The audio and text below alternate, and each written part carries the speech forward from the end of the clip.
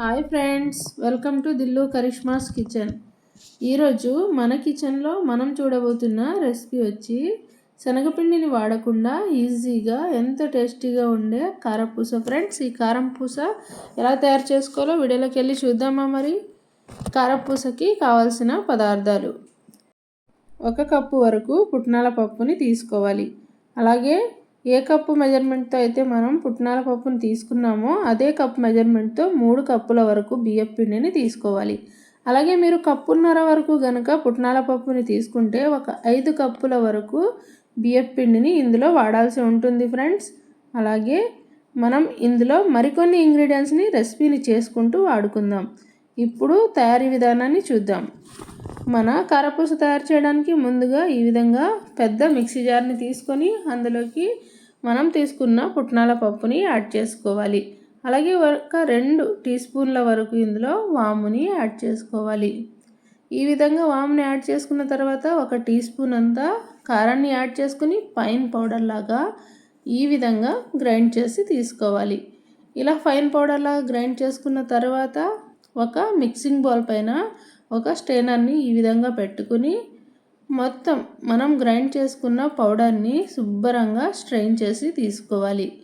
ఇందులో ఏమీ కొద్దిగా నూక లాంటిది ఉంటుంది కదా ఫ్రెండ్స్, ఆ నూక అనేది పోయేలాగా ఈ విధంగా గ్రైండ్ చేసి తీసుకోవాలి. ఎందుకంటే అందులో వాము కూడా తగలకుండా ఉండడం కోసం ఫ్రెండ్స్, మనం సన్నగా చేసుకుంటాం కాబట్టి.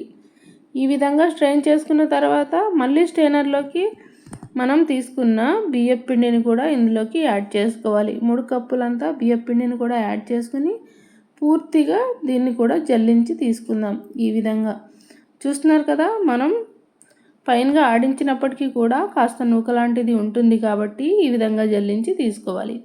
ఇలా జల్లించి తీసుకున్న తర్వాత ఇందులోకి ఇప్పుడు కాస్తంత ఆయిల్ని యాడ్ చేసుకోవాలి. ఈ విధంగా ఆయిల్ని యాడ్ చేసుకుని రుచికి తగ్గట్లుగా ఉప్పును కూడా ఇక్కడే ఈ టైంలో యాడ్ చేసుకోవాలి. ఇలా యాడ్ చేసుకున్న తర్వాత వీడియోలో చూపిస్తున్నట్టుగా మొత్తం ఈ విధంగా కలుపుకోవాలి. ఫస్ట్ పొడిపిండిని ఈ విధంగా కలుపుకోవాలి. ఇలా కలుపుకున్న తర్వాత ఇప్పుడు ఇందులోకి బాగా వేడిగా ఉండే నీళ్ళని కొద్దిగా యాడ్ చేసుకుంటూ కలుపుకోవాలి. చూసుకుంటూ జాగ్రత్తగా కలుపుకోవాలి ఫ్రెండ్స్, ఎందుకంటే వేడి నీళ్ళు కాబట్టి ఏదైనా స్పూన్ సహాయంతో అయినా సరే మీరు కలుపుకోవచ్చు. ఈ విధంగా యాడ్ చేసుకుంటూ మరి గట్టిగా కాదు, పల్చగా కాదు, వీడియోలో చూపిస్తున్నట్టుగా ఈ కన్సిస్టెన్సీ వచ్చినట్టు కలుపుకున్న తర్వాత రెడీగా పక్కన పెట్టుకొని స్టవ్ దగ్గరికి వెళ్ళిపోదాం పదండి.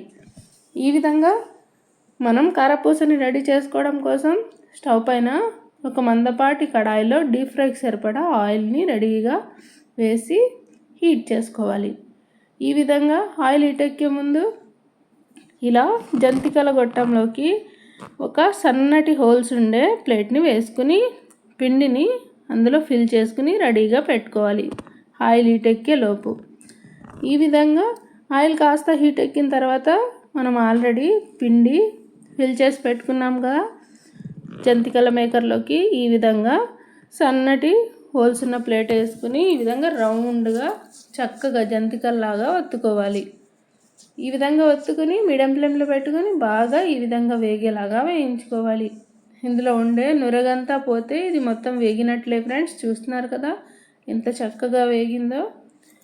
ఇలా వేగిన దాన్ని ఒక ప్లేట్లోకి తీసుకోవాలి. మిగతా పిండినంతా కూడా సేమ్ అలాగే వేసి వేయించుకోవాలి. ఈ విధంగా మొత్తం అంతా పిండిని వేసి తీసుకుందాం. చూస్తున్నారు కదా, ఇలా వేయించి తీసుకుంటే మన టేస్టీ అండ్ ఈజీ అయిన కారపూస రెడీ అయిపోయింది ఫ్రెండ్స్. మన చిన్ని పిండి వంట అనేది టేస్టీగా రెడీ అయిపోయింది. మీరు కూడా యాజ్ ఇట్ ఈజ్గా నేను చూపించిన క్వాంటిటీస్ని ఫాలో అవుతూ మీరు కూడా ప్రిపేర్ చేసి మీకు ఎలా కుదిరిందో డెఫినెట్గా కామెంట్ చేసి చెప్పండి. అలాగే easy and tasty healthy recipes కోసం దిల్లు కరిష్మాస్ కిచెన్ని ఫాలో అవడం మాత్రం మర్చిపోకండి ఫ్రెండ్స్. అలాగే మా ఈ చిన్ని పిండి వంట మీకు నచ్చినట్లయితే మా ఛానల్ని సబ్స్క్రైబ్ చేయండి, మా వీడియోస్ని లైక్ చేయండి, మీ ఫ్రెండ్స్ అండ్ ఫ్యామిలీకి ఖచ్చితంగా షేర్ చేయండి.